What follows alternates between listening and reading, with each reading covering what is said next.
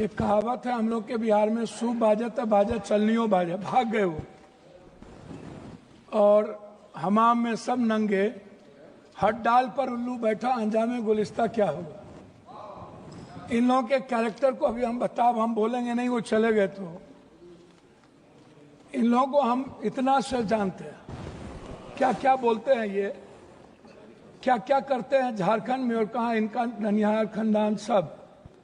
हमको बोलना नहीं चाहिए। महोदय, हम शुरू करते हैं। बार बार चर्चा होती है बिहार की। प्रधानमंत्री जब से आए, अभी परसों प्रधानमंत्री जी ने कमला नगर में बोला कि हम इमरजेंसी में यहीं रहते थे और जमुना का पानी हम पीते हैं डेली। आप रिकॉर्ड उठा के परसों के स्पीच का सुनिए कि हम जमुना का पानी पीते हैं। हम कमला नगर में ही रहते थे। प्रधानमंत्री जी हमारे कहाँ कहाँ रहते थे, कहाँ नहीं रहते थे, हमको आज तक समझ में नहीं आई कि गुजरात, जो गांधी और पटेल के गुजरात, जो मोहब्बत की नगरी और लोकतांत्रिक व्यवस्था में वसुधैव कुटुंबकम और मानवता के लिए जो प्रतीक थे, आज वो गुजरात गांधी से हटा करके, पटेल से हटाकर उनको नाथूराम गोडसे और नए गुजरात की परिभाषा से परिभाषित की गई। शुरुआत किया गया और जब आए तो उन्होंने काला धन, जाली नोट, 15 लाख रुपया से शुरू की, 2 करोड़ नौकरी, नोटबंदी, जीएसटी। आप उठा करके देख लें, एक भी वादे पर दोबारा, इतना प्रधानमंत्री की नोटबंदी सबसे अहम घोषणा थी, आज तक दोबारा चर्चा इस सदन में नहीं हुई कि नोटबंदी से किनको बेनिफिट मिला, किनको नहीं मिला, नोटबंदी से देश और किसान और महिलाओं की कितनी क्षति हुई, व्यापारियों की कितनी क्षति हुई और मजदूरों के हालात क्या हुए। अध्यक्ष महोदय, जीएसटी के को आप उठा के देख लीजिए, हर व्यक्ति के जेब से पेन, कलम, दवात, पेंसिल, चाय पत्ती, नमक, तेल, सब्जी, दाल, साड़ी, चप्पल, सब चीज पर 3 गुना जीएसटी। ये पैसा मिडिल क्लास के नीचे से लिया जा रहा है। पूरे देश में मिडिल क्लास के पास पैसे नहीं बचे, ना तो नोटबंदी के बाद और ना इतने करे जीएसटी लागू होने के बाद। तो नोटबंदी और जीएसटी को आधार कहा था। लोग कहते हैं हंडी के एक चावल से पता चलती है कि चावल पक गई। अब प्रधानमंत्री जी तिबारा आ गए, 3 बार देश के लोगों ने इन्हें बनाया। हम आपसे कहना चाहेंगे कि अभी जो कुंभ की बात है, प्रधानमंत्री जी हमारे हिंदू के सबसे बड़े, सनातन के विचारधारा कहते हैं कि मैं सबसे बड़ा हूं। मैं एक बाबा का नाम नहीं लूंगा लेकिन कोट करता हूं। उन्होंने कहा कि जो जो लोग मरे हैं वो मोक्ष चलेगा। तो मैं चाहता हूं कि लगभग बाबा और नागा, और जो नेता वहां जाते हैं और जो बड़े पैसे वाला, उनको भी डुबकी लगा के मर जाना चाहिए ताकि इन लोगों का कल्याण हो जाए। ये मोक्ष पे चले जाए। भैया सुनिए, मोक्ष में चले जाएं। बाबा लोग वो बोलते हैं कि बाबा ने कहा कि मोक्ष में चले गए, तो मैं चाह रहा हूं कि ऐसे बाबाओं को मोक्ष में चला जाना चाहिए। दूसरी बात, मैं अंडरस्टैंड यंग, वो साधु संतों बाबाओं को आशीर्वाद दे रहे हैं, बाबाओं को आशीर्वाद दे रहे हैं। जी जी जी, मैं भैया, दूसरा बात, उन्होंने अंडरस्टैंड यंग को ही उन्होंने 2000 करोड़ का लगभग उन्होंने ठेका दिया, जबकि 13 में, 19 में इन्हीं को कुंभ मेला का ठेका दिया गया था। 4 लोग लगे, सारे मैनेजमेंट, टेक्निकल मैनेजमेंट से लेकर के सारे चीज इन्हीं को था। ये कौन है, इन पर क्या इंक्वायरी होगी। अध्यक्ष महोदय, 487 करोड़ का बजट हुआ करता था नेहरू जी के समय, और अब 10,000 करोड़ का बजट है सिर्फ एक कुंभ मेला का। जब नेहरू जी के समय कुंभ में लोग मरे थे तो गिनती थी जब दुनिया में सोशल मीडिया, इतने बड़े मीडिया प्लेटफॉर्म पे इतना बड़ा बड़ा हमारा मीडिया है, सब कुछ है, एक बार गिनती नहीं हुई, जबकि 600 से लगभग लोगों का कहना है, वहां आंखों देखे, मेरा नहीं कहना है, कि 300 और 600 के लगभग लोगों की लाशें गई और उसको हिंदू रीति से नहीं जलाया गया।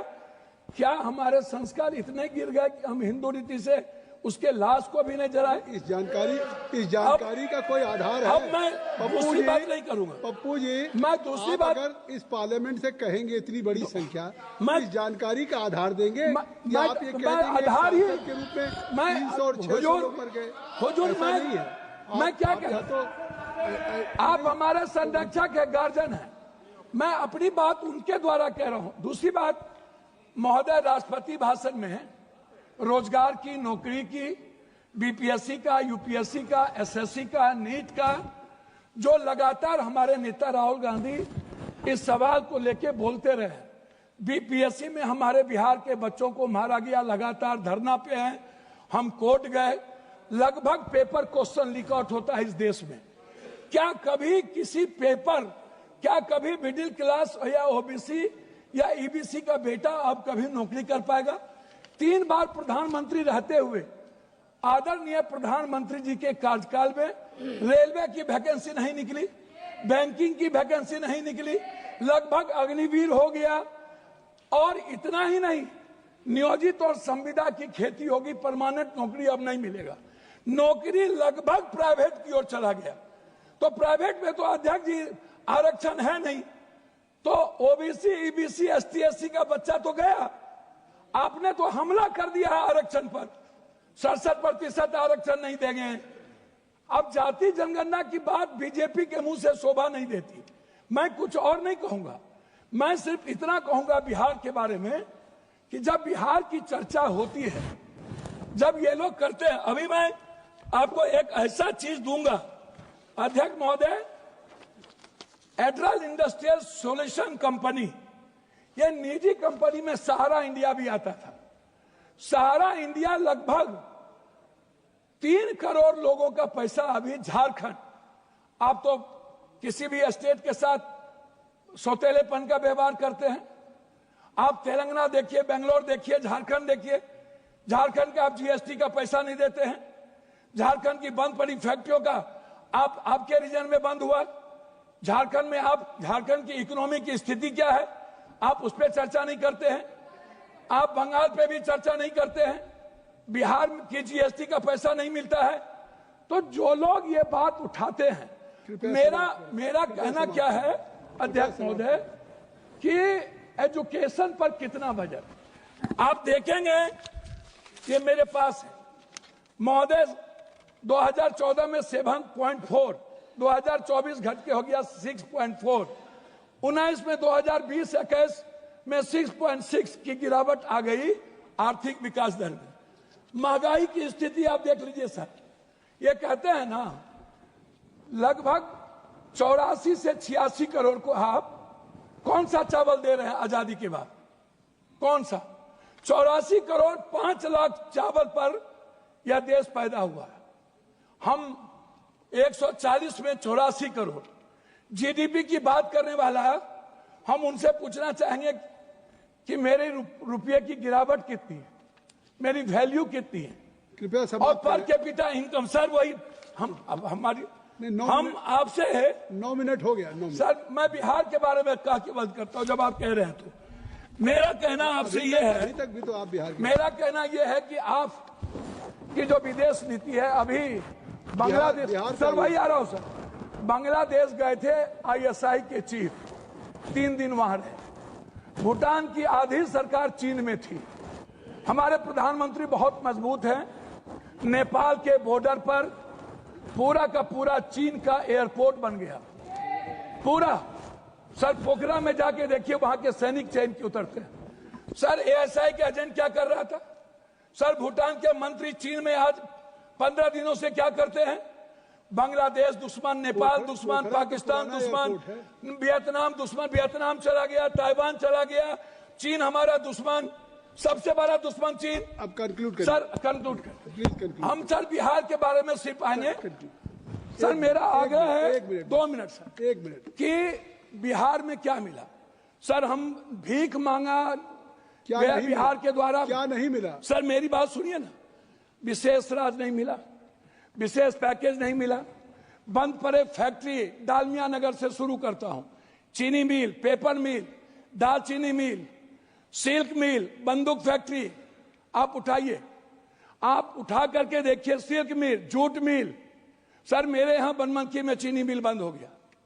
जब फैक्ट्रियां नहीं रहेगी, जब फूड प्रोसेसिंग पर हम फैक्ट्रियां नहीं देंगे, जब हम मछली उत्पादन को फैक्ट्रियां, बार बार चर्चा होती है सर। मैं बात को खत्म कर रहा हूं, मैं अपने क्षेत्र की बात करूं सर। मैंने अपने क्षेत्र में मैंने कहा कि हमारा जो बॉर्डर है बांग्लादेश नेपाल, इस इलाके में एक एम्स मैंने पूर्णिया के लिए मैंने डिमांड किया। मैं सभी जगह सब स्टेट में 2-3 हाई कोर्ट बेंच है, लेकिन मैंने आग्रह किया कि हाई कोर्ट बेंच हमको कम से कम पूर्णिया में। सर 1 मिनट करेंगे श्री केस सर, एक मिनट सर, 1 मिनट। अपनी बात हमने मांगा हमको हाई कोर्ट बेंच दिया जाए।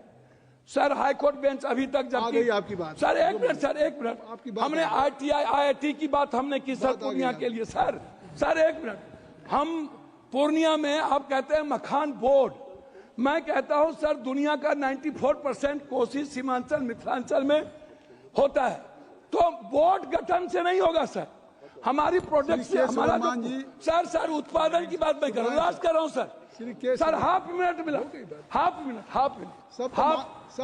Minute sir. मैं मक्का और मखान और दूध की प्रोसेसिंग पर मैं आपसे सिर्फ आग्रह करूंगा। हमारा इलाका सबसे गरीब है, सबसे ज्यादा पलायन है सर। मैं एक डिमांड करता हूं आपके द्वारा कि हमें पूर्वांचल के लिए एक मंत्रालय का यहां से गठन हो, जो हमारे पूर्वांचल का विकास नियमित हो। दिल्ली में पूर्वांचल के लोग आते हैं, वो बहुत परेशान हैं।